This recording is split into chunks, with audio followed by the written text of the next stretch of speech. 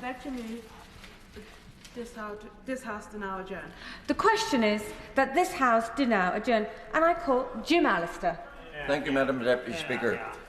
The issue of diversion of trade is becoming an increasing problem of manifold proportions for Northern Ireland.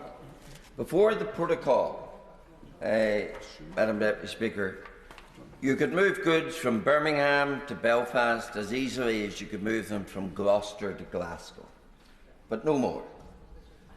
And the resulting Irish Sea border and all that comes with it has caused a huge and increasing diversion of trade. We can have an insight into how things naturally should be and how business wishes them to be by looking at the NISRA, the Northern Ireland Statistics and Research Agency figures of recent years. And if we look at the pre-protocol days, we will see that in 2018, for example, the amount of goods, the volume of goods purchased from the Irish Republic was 2.8 billion. The amount published from GB was 5 times that, 13.4 billion. So there you have a snapshot of what is the natural inclination of trade in Northern Ireland, particularly in respect of our raw materials. And before Brexit, it was a similar situation. And indeed, you could say, some might say, that's a better reflection of whether or not there's been trade diversion. Because before Brexit, you could as readily buy your goods from the Republic as you could from GB, because we were all in the EU single market. And even then, the predominant trading of choice was from GB. No surprise, because for decades, Northern Ireland has been a particularly integrated part of the UK economy. But along comes the protocol, and it requires Northern Ireland to be subject to the foreign customs code, that of the EU. And that customs code, of course, treats GB as a third or foreign country. And therefore its goods coming from outside the EU into the EU, which we in Northern Ireland are regarded as being within the EU for those purposes, those goods have to be checked. You have customs declarations, you have documentary checks, you have physical checks on all our raw materials provided for. So no surprise then that that is bound to inevitably cause diversion of trade. Now, we were told, as part of the spin of selling the protocol, oh, there were protections against diversion of trade. It wouldn't be allowed to happen. Article 16 of the protocol, we were told, was our safety net.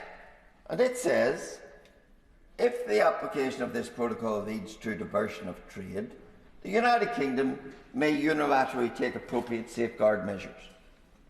It has led to diversion of trade, but the United Kingdom government has not taken unilateral action in that regard. And so the fact of diversion of trade is a challenge to the protocol proponents. It is a challenge to those that put this upon us. And it is a challenge that they have to meet, but which I fear they won't. Where is the proof, some might say, of diversion of trade? Well, again, it's in the NISRA statistics. Dr. Esmond Burney, renowned economist in Northern Ireland, has done a succession of studies of the NISRA statistics. And he wrote just back on the 11th of December that the data provided is further evidence that the Northern Ireland economy is becoming more trade integrated with the Republic, that north-south trade is growing at a very rapid rate at the expense of what previously was an inflow of goods from Great Britain. And perhaps a moment. So you also find that in the purchase of goods that NISRA reports. They've given us figures from 2020, contrasting them in the table with 2023. Now, 2023 is only the beginning of things getting difficult, because the Irish Sea border didn't effectively come into place until October 23 because of the grace periods.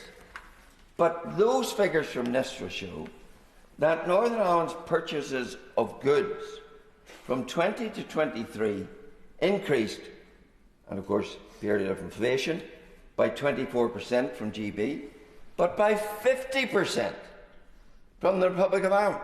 So twice the growth rate of the buying of goods into Northern Ireland, which previously would have come from our integrated United Kingdom economy. And then we see the Office of National Statistics Business Insights and Condition Survey. It says that 13.1% of currently trading manufacturers based in GB said they sent goods to Northern Ireland in the last 12 months. That was at the end of 2024. But in January 21, 20% of manufacturers in GB were sending goods to Northern Ireland. So in just those 4 years, a dramatic fall in the number of companies, manufacturers, supplying goods to Northern Ireland. It is nearly halved in 4 years. And the OSN data for 2024 tells us more. It tells us that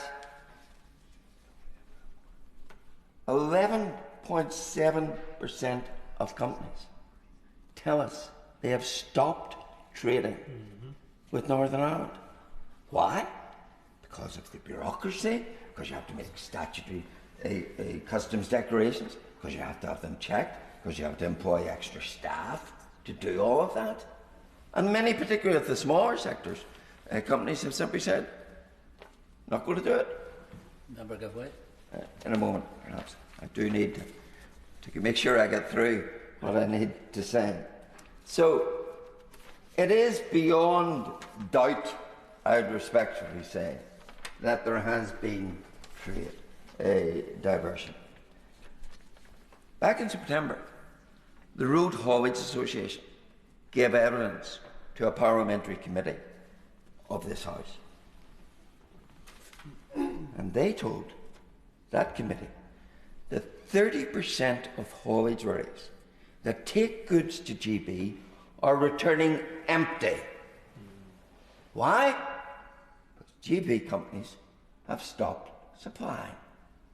Now that is an incredible thing to contemplate. That trade which works on the basis that you take goods out and you fill your area and bring goods back, and that's how you make it viable, and that's how the economy works, that 30%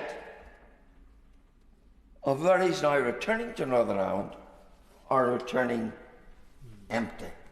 That is an incredible indictment of the operation of the protocol. And things are getting worse because we now have the EU regulation on general product safety, which puts more burdens on companies selling into Northern Ireland because if they have to meet enhanced EU safety product regulations. I know of the craft sector, I've mentioned in this House before. Recently, 11 suppliers in that niche market stopped supplying Northern Ireland. And it'll get worse because the partial border is coming when you're going to have to make more paperwork, more declarations about sending simple parcels from GB to Northern Ireland. And some of the big suppliers, like Tesco's, they have now told It's available in one of their slides that they showed to their own supplier, that they should now buy from the Republic because it was easier to supply than from GB. It's the same happening in veterinary medicines. It's happening in every sector. Why does it matter? Well, it matters for a very pertinent political reason. Because the whole idea of trade diversion and the whole purpose of the protocol was and is to build an all-Ireland economy, to dismantle the economic links from Great Britain to Northern Ireland, to enhance the links with the Irish Republic, and thereby to create stepping stones out of the United Kingdom into an all-Ireland for Northern Ireland. That was the determination that lay behind this protocol. Because we don't need a protocol to govern trade. It's been demonstrably shown that if you can organise trade through Northern Ireland to GB without an Irish sea border checks, if you can do it, as the government now tells you can do it, with checks away from the border, then equally you could do it in the other direction through mutual enforcement. That we both recognise that if we're going to export from one territory to another, our manufacturers must produce the goods to the standards of the other. And you enforce that by making it a criminal offence to do otherwise. That's the essence of mutual enforcement. That would work, but it's not allowed to work because the political agenda of the protocol is to ensure that there is this reorientation, this realignment. And then we're told, oh, you have got now Intertrade UK. Intertrade UK with no staff, Intertrade UK with no budget, in comparison with Intertrade Ireland, which has over 50 staff, a budget of £6.5 million a year. It's active in the whole area, and yet UK Trade set up as a shadow to really not be able to compete in any sense. So I do say to this government, you have allowed the economy of Northern Ireland to drift out of the United Kingdom. I believe those who are protocol enthusiasts want that to happen. And now it is happening. The onus is back on you to do something about it. Yes, I'll give it up. Intervention. I know that the member contributing was anxious about getting through his speech, but because adjournment started early, he does have until 7:30. I believe he's about to take an intervention. Do you want to continue with the intervention? I'll give way to the honourable member. Madam Deputy Speaker, you shouldn't encourage him. He will take the 7:30 and beyond because this is such an important subject. And would you agree with me that not only are there the political implications of this trade diversion, but its economic implications for Northern Ireland economy as well? The increased transport costs because lorries don't come both ways with goods in them. The fact that many suppliers, and people chose suppliers in England because they were cheaper, better quality, etc. And now manufacturers in Northern Ireland are having to go to the second best suppliers, and the additional paperwork which is involved all adds to costs, make the economy less competitive, and therefore makes it more difficult for the Northern Ireland economy to be viable. The right honourable member is absolutely right. Business is like water. It follows the easiest course.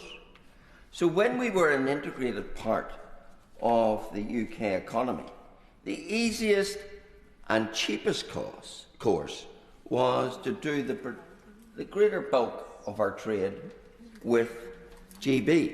That historically has been our basic supply market, to our raw materials and everything else.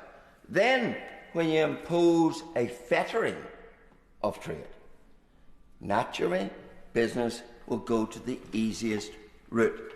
And the easiest route now, sadly, is to cease trading from GB and to accentuate trading with the EU, most particularly the Republic of Ireland. And that in respect of a United Kingdom which was built on two pillars according to the Acts of Union.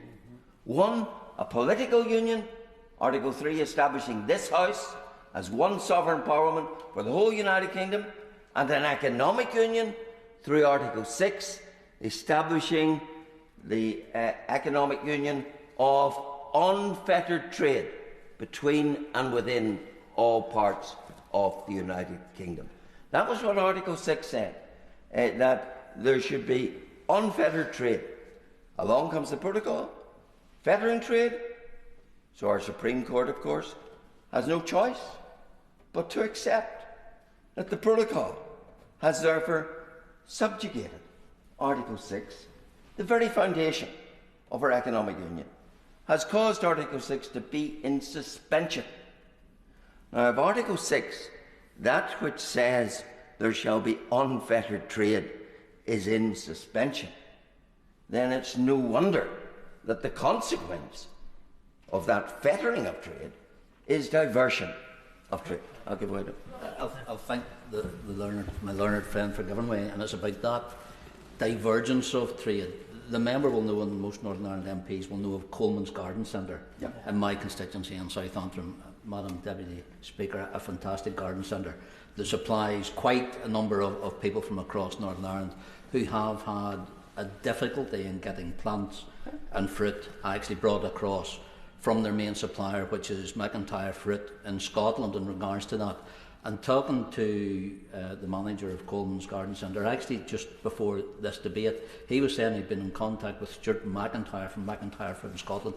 They've just picked up a contract to supply a supplier in Japan with the same product. And what they are actually now saying, bureaucracy-wise, administration-wise, it's actually easier for a supplier in Scotland to supply into Japan than it is across the 14-mile stretch of water into Northern Ireland. Well, I think that illustrates, Madam Deputy Speaker, the absurdity of where we've got to. And, you know, it has been accentuated by our subjection to the EU product safety regulations. Because those regulations provide that if you're supplying into Northern Ireland from outside the EU, in other words, from GB, you must have resident within the EU an agent. You must complete the paperwork on the origin of your goods, on your customs declarations, and you can't do that without employing an agent within the EU. Anyone who knows anything about business will know that that is added cost. And will know that that will cause many businesses to say, well, Northern Ireland's not a huge market to start with, I'll just not bother with it. And that's what we are all suffering from, our businesses in Northern Ireland. Yes, I could. Can I first of all thank and congratulate the Honourable for North Antrim for bringing this forward. Small businesses in my constituency, Madam Chair, have told me just this week that they're now having to pay HMRC a duty for buying goods from English suppliers.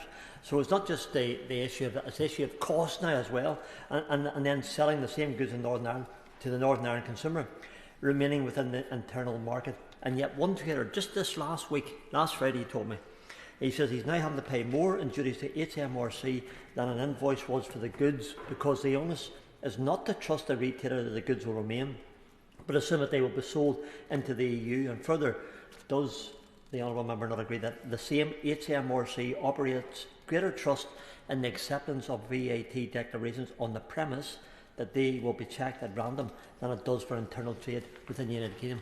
What a backward step. Yes, I agree.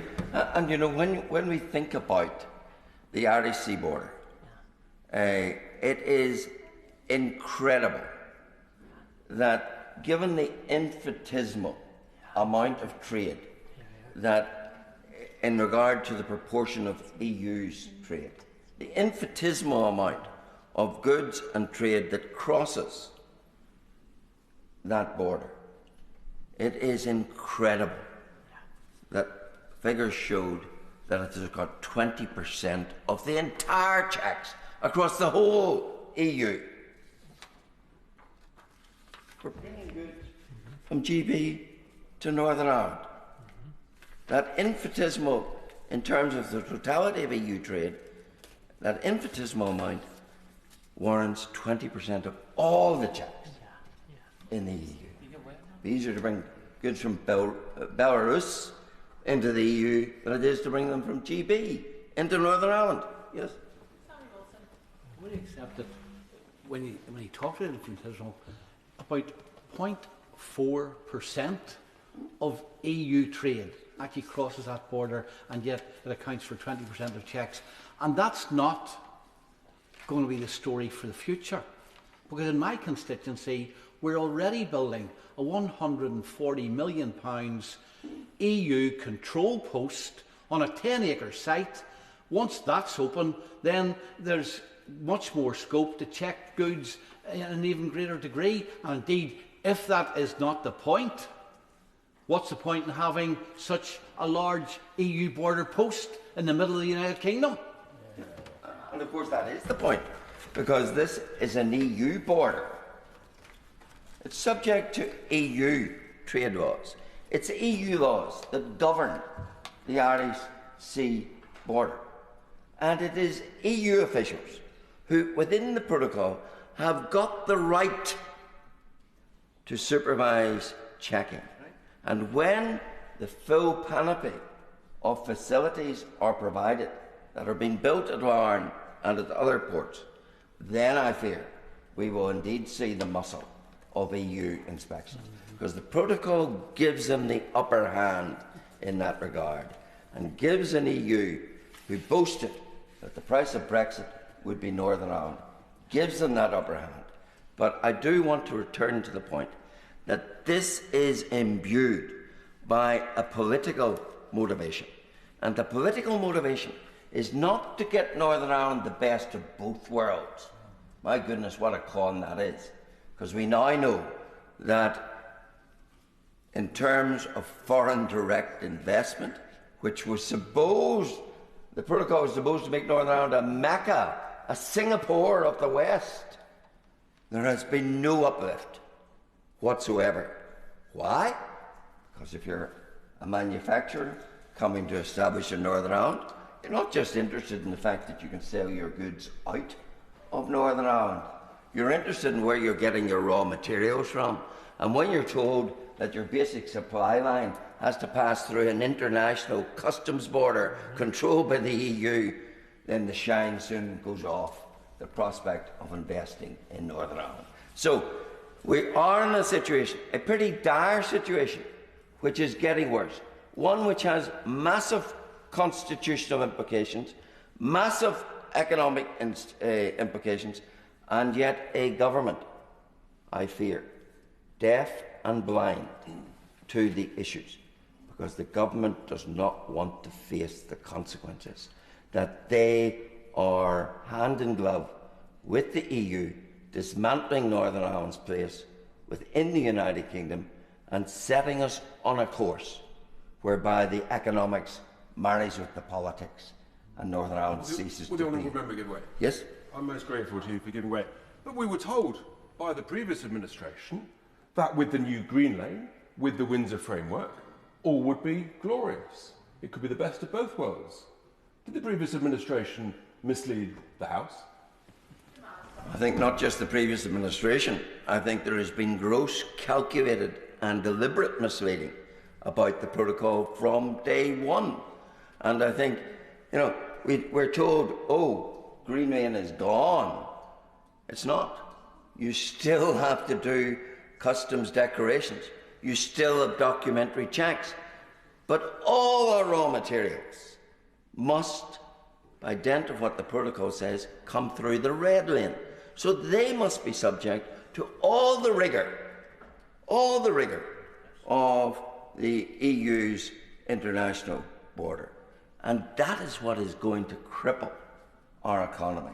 We've seen it in small sectors, craft sector, for example. Niche sector depends on small suppliers giving up. But when it bites as it will bite, we're going to see it right across our economy. And therefore I do say to the government, you need to find some dignity in terms of standing up for this United Kingdom. And this United Kingdom is not just Great Britain. This United Kingdom includes Northern Ireland.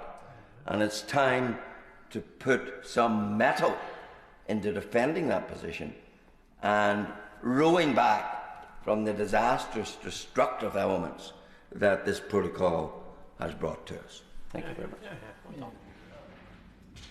Hilary Benn. Well, thank you very much indeed, Madam Deputy Speaker. Can I begin by congratulating the honourable gentleman on securing this debate. The House, once again, has been left in no doubt that he speaks about Northern Ireland's trading arrangements with fervour and sincerity, as he did in the Westminster Hall debate back in November, to which I responded, and as he did on his private member's bill in December, to which my honourable friend, the member for Putney, replied on the government's behalf. And on the Windsor framework, the honourable gentleman's position is quite clear. He is opposed to it. Well, I will give way, yes, of course. I thank the Secretary of State for giving way.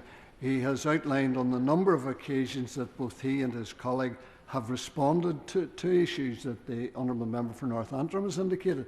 He will be aware that I wrote to him about a month ago on this issue about the horticultural industry and the problems that it faces between Scotland and Northern Ireland, and I have yet to get a response.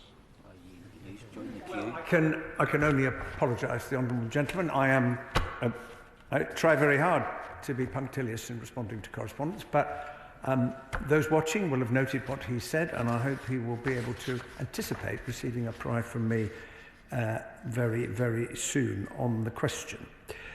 For the government's part, however, I want to be equally clear, and that is we needed to have a system in place for managing a unique set of circumstances.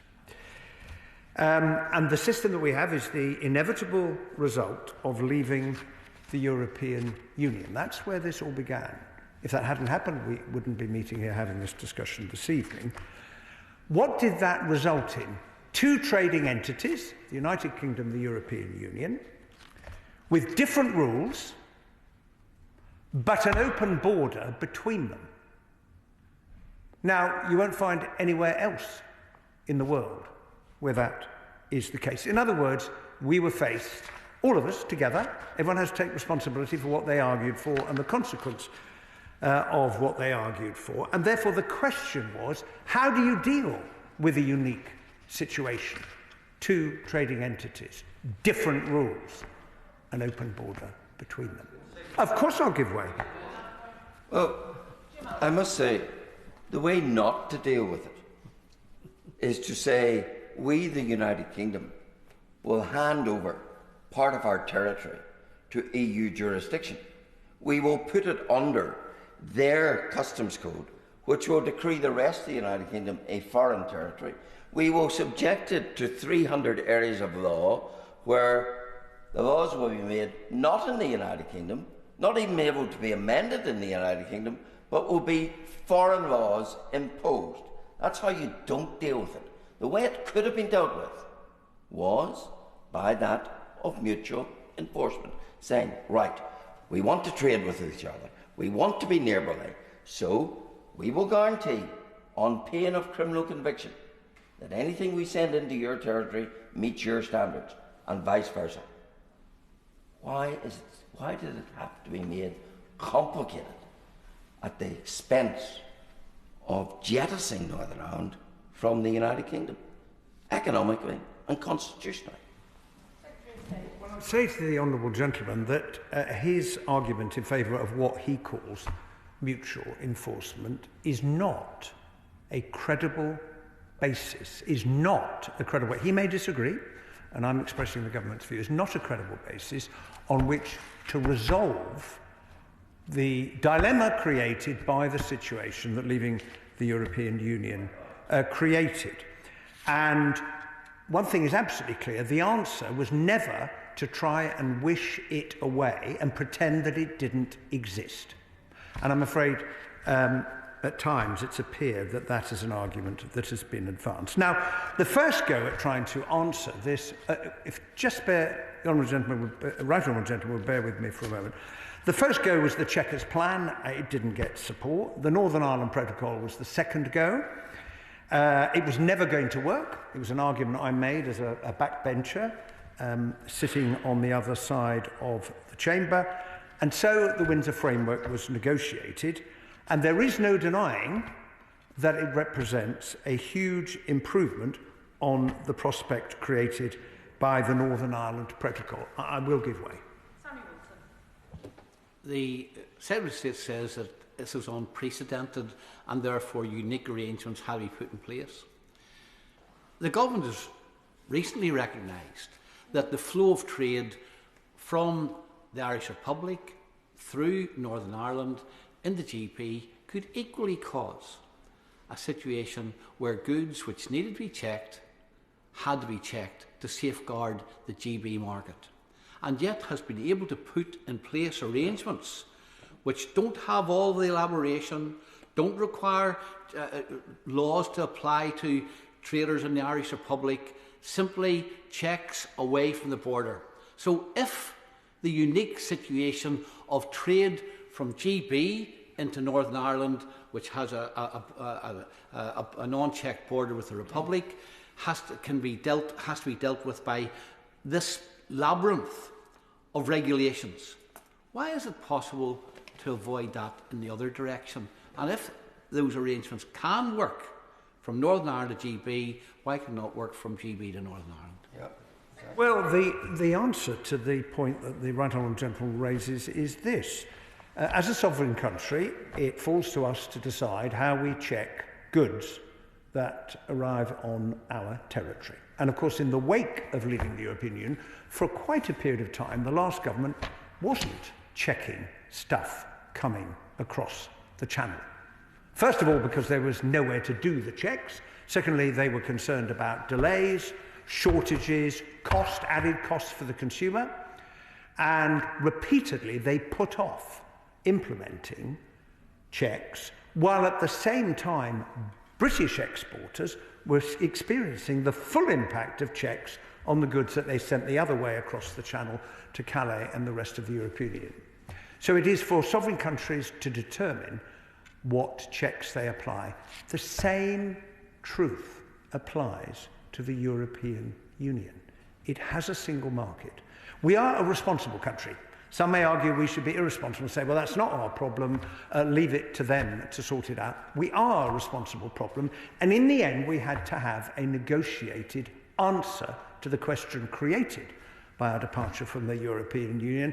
How are you going to ensure on the EU side that goods that cross that non-existent border, because about the one thing that I think almost everybody during the Brexit debates agreed upon was that the border needed to remain as it was. That open border is important for a whole host of reasons, not least the extraordinary progress that Northern Ireland has made in the last 26 years since the signing of the Good Friday Agreement. How does the EU ensure that goods that cross that border come into the Republic, may go on to France, to Germany, to Greece? How do they ensure that they meet the rules in exactly the same way as we would say, how do we know that goods that come into the United Kingdom meet our rules? And the only way to do that was with a negotiation.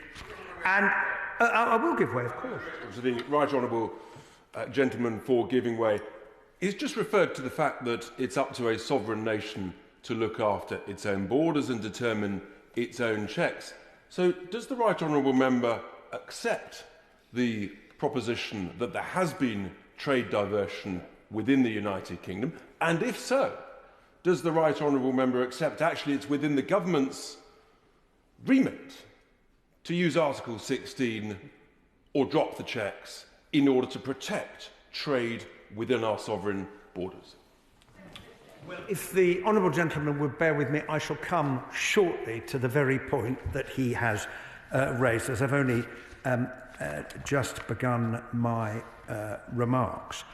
And what I would say about the Windsor framework is it protects the UK internal market while, as I argued a moment ago, enabling the EU to be confident that its rules will be respected. Now, the government's view is, my view is, that was the responsible thing to do in the circumstances, because this government supports sustainable arrangements for Northern Ireland that respect its particular circumstances, and they are particular, they are unique, its place in the Union, and which uphold the Good Friday Agreement. Now, the honourable member's argument, his central argument this evening, is that we should trigger Article 16, the unilateral safeguard, indeed, in the Windsor framework. And on that, I would say this.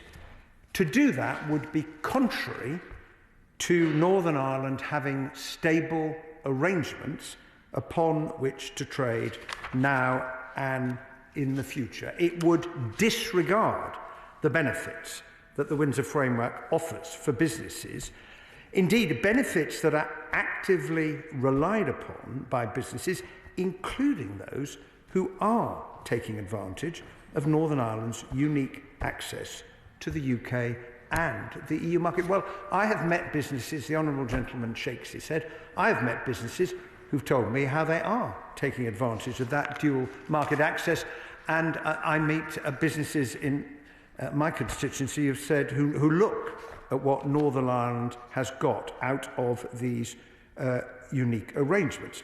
And they are benefits which will be enhanced by the UK internal market.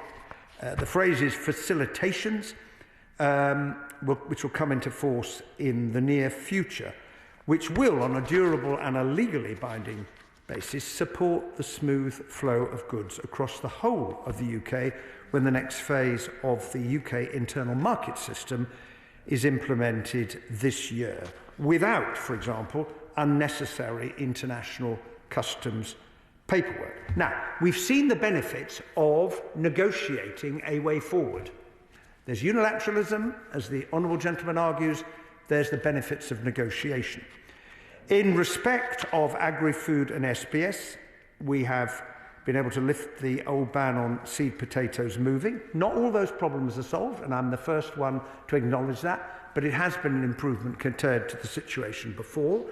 We are now able to apply UK public health and safety standards to agri-foods on the basis of primacy for goods staying in the United Kingdom moving under the Windsor framework schemes. We've reached agreements with the EU on tariff rate quotas, enabling businesses from Northern Ireland to import steel and agri-food products under UK tariff rates. We've got an active assembly which is scrutinising the regulations and raising its views. Well, I'll come back to that point later on. Medicines for the whole of the UK are now authorised by the MHRA.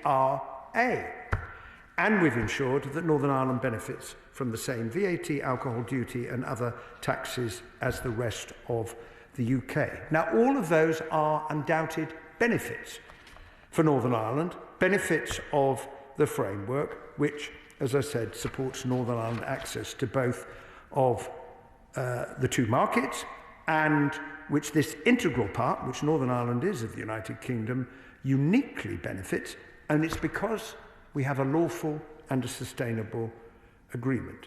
And it is in stark contrast to, if I may say so, what the Honourable Gentleman has proposed as a way forward. Now, I will be the first to acknowledge from this dispatch box that the Windsor framework is not perfect. All of us know this, all of us. And where problems arise with the practical operation of the framework, what this government and the EU have tried to show is that we can work through them in a constructive and pragmatic way, because that's what we have to do. So, example, listening to businesses on the timetable for implementing the new arrangements on parcels, we took a pragmatic decision to extend that. Now, one of the consequences of doing that is the introduction of the new, less onerous customs arrangements was put off, because the EU's view was you need to do the parcels at the same time in order for the new customs arrangements to come in. If you take another example in the horticultural sector, in the last month, the restriction on the movement of 2 species of a plant were removed. If we're talking about trees, I think it takes it up to 23, including our beloved silver birch and a number, I'm advised, of varieties of cherry tree that were sorted out at the end of last year. And we acted, coming to the question of the Stormont break, we acted on the concerns that the Northern Ireland Assembly raised about the potential implication of the new rules on chemical labels, font sizes, and so on, by committing to consult on taking forward measures across the UK that will protect the UK internal market. And I would just point out, because the honourable gentleman looks slightly sceptical, that there is a high bar to be met for the Stormont break. And when I received the application to the Secretary of State, I was under a legal obligation to consider the application under the rules of the Stormont break and made the decision that I did. But in the end, what the government announced was moving towards the same outcome that those who'd raised the concerns in the first place wanted, just by different means to which they had sought. But in the end, the Stormont break process actually worked to achieve the outcome that the Assembly wanted. I give way, of course. I think the Secretary of State should listen to himself. What he's saying to this House is that we should be grateful that there's some sort of dud mechanism to deal with the situation where laws have been, in 300 areas, the right to make those laws has been gifted to a foreign parliament, that people elected in Northern Ireland can have no say in those laws, cannot amend them, cannot move them, cannot bring them into effect. And we should be grateful that in those 300 areas of law, we might be able to go to the EU and say, please, sir, would you ever mind just making that a little better? Really, where is the sense of dignity for this United Kingdom that we would so prostrate ourselves to a foreign, unelected jurisdiction, unelected by no one in the United Kingdom, to allow them to make our laws and then proclaim a victory out of the fact that we have a right to go and ask them to make some changes? But the Secretary of State has failed to answer the question. There is trade diversion. What's he going to do about it? Well, I'm not asking anyone to be grateful for anything. I'm simply pointing out to the House the problem that was created in the first place when we left the European Union. Well, from a sedentary position, if I heard him correctly, the honourable gentleman said punishment. I couldn't disagree with him more. And if I would encourage him also to reflect on what he said, because I don't think that he is acknowledging that there was an issue there that had to be addressed. And wishing it away was never going to work. I give way to the honourable gentleman. Secretary of State, I'm minded of the wee song that we had in Sunday school many years ago, and it was so high we couldn't get over, so low we couldn't get under it. And the Stormont break doesn't work because it's too high, it's too low, it just isn't functional. In my intervention on the honourable member for North Antrim, I referred to the HMRC cost, and I referred to, and I'll give you an example, I give the Secretary of State an example, and that was of a business last week. It says, the HMRC have got to a stage with their charges that their charges are even more expensive in the goods that they're bringing in. There has to be something wrong when it gets to that stage where it's not just the issue of getting the product across, it's the cost factor. And I'm just asking Secretary of State if it's possible to look at that in particular, because there's something wrong with a system that it ends up costing us more when it didn't cost any amount of money before the Brexit system came in. Well, I'm very happy to say to the honourable gentleman that if he wants to provide me with any further information about the particular example that he has raised, then of course I will raise it. I would just say on trade, I have a slightly different set of figures to the one I think that the honourable gentleman used, but from 2020 to 2023, purchases in Northern Ireland from GB went from 13.4 billion to 16.2 billion, an increase of 20.7%, and sales to the year ending in December 2023 from Northern Ireland to GB, it rose by 12.4% to 17.1 billion. The Honourable Gentleman also used a phrase, I hope I wrote it down correctly, the natural inclination of trade. He used those words at the beginning of his speech. I would simply observe that the inclination of trade is a consequence of decisions that individuals and firms make, and those patterns change over time depending on what they want to buy, what they want to sell, and what the market itself looks like. And the point I was making, not seeking gratitude, is in every one of the cases, the examples I've just given, the government sought to work to resolve the challenges we faced, working with stakeholders in Northern Ireland and with the EU in what I think is a constructive and a mutually beneficial way. And that is what a responsible government does, including abiding by commitments in international law on the world stage. Because the Honourable Gentleman advocates triggering Article 16, and it's a measure both refers to diversion of trade, it also refers to instances where there are serious economic, societal or environmental difficulties which are liable to persist. So given that most goods are flowing relatively smoothly between Great Britain and Northern Ireland, how can it be argued that we are facing those difficulties? I would just make the point, if one goes to the port, the lorries come off and most of them go on their way. The goods are moving. The goods are moving. And that is in contrast to the argument that the Honourable Gentleman put towards the end of his speech, where I think he used the phrase cripple, and I quote, cripple the Northern Ireland economy. Well, I say to him, I haven't seen any evidence that the Northern Ireland economy, which, by the way, has the lowest unemployment in the whole of the United Kingdom, is being crippled by the matters that we're discussing this evening. I will give way. I'm then going to make some progress. For giving away, he's been very generous with his time. He just said that most goods are flowing freely.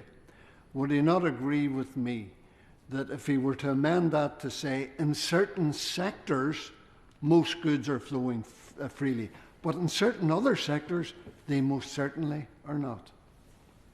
Well, it depends. I would say to the Honourable Gentleman, it depends what his definition of freely is. There are certain requirements that certain goods have to meet. There is the retail movement scheme, there is the horticultural scheme, there's certain paperwork and documents that are required. Looking forward to the customs requirements being reduced later on this year, hopefully, when the new arrangements come in. But the goods move. The goods move. And I don't think anyone in this debate can stand up and say the goods are not moving in those circumstances. And as I've indicated, the Windsor Framework represents a step forward. And so, therefore, while I respect the sincerity with which the Honourable Gentleman makes his argument, I don't believe that current circumstances meet the Article 16 test. And I think to pull that lever in current circumstances would actually throw away the progress that's been secured by the framework and damage the good faith that has been built up in taking the framework forward. And we all need to remember that not long ago, we had a government that signed an international agreement and then set about showing it had no intention of honouring it. And that did extraordinary damage to the United Kingdom's international reputation.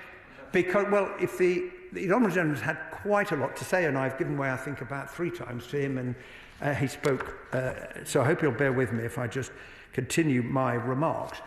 You know, in the past, the idea that the UK would be a country that would sign an international agreement and then renege upon it would have been extraordinary to all of us in the House. But that's what happened in very recent living memory. And that is why the other point I would make to him is, having negotiated, it was the last government that negotiated the Windsor Framework. I stood up in the House and supported it. The opposition supported at that time. I voted for it because I genuinely believed it represented a significant step forward. But if we don't honour the most recent agreement we have signed with the European Union, why would they wish to reach agreement with us on what this government is currently seeking, and in particular an SPS veterinary agri-food agreement? Because if we can negotiate that with the EU, and this government is coming saying we want to do that, the last government appeared to say, well, the trade and cooperation agreement is all we want, we don't want anything else. Well, we have a very different view.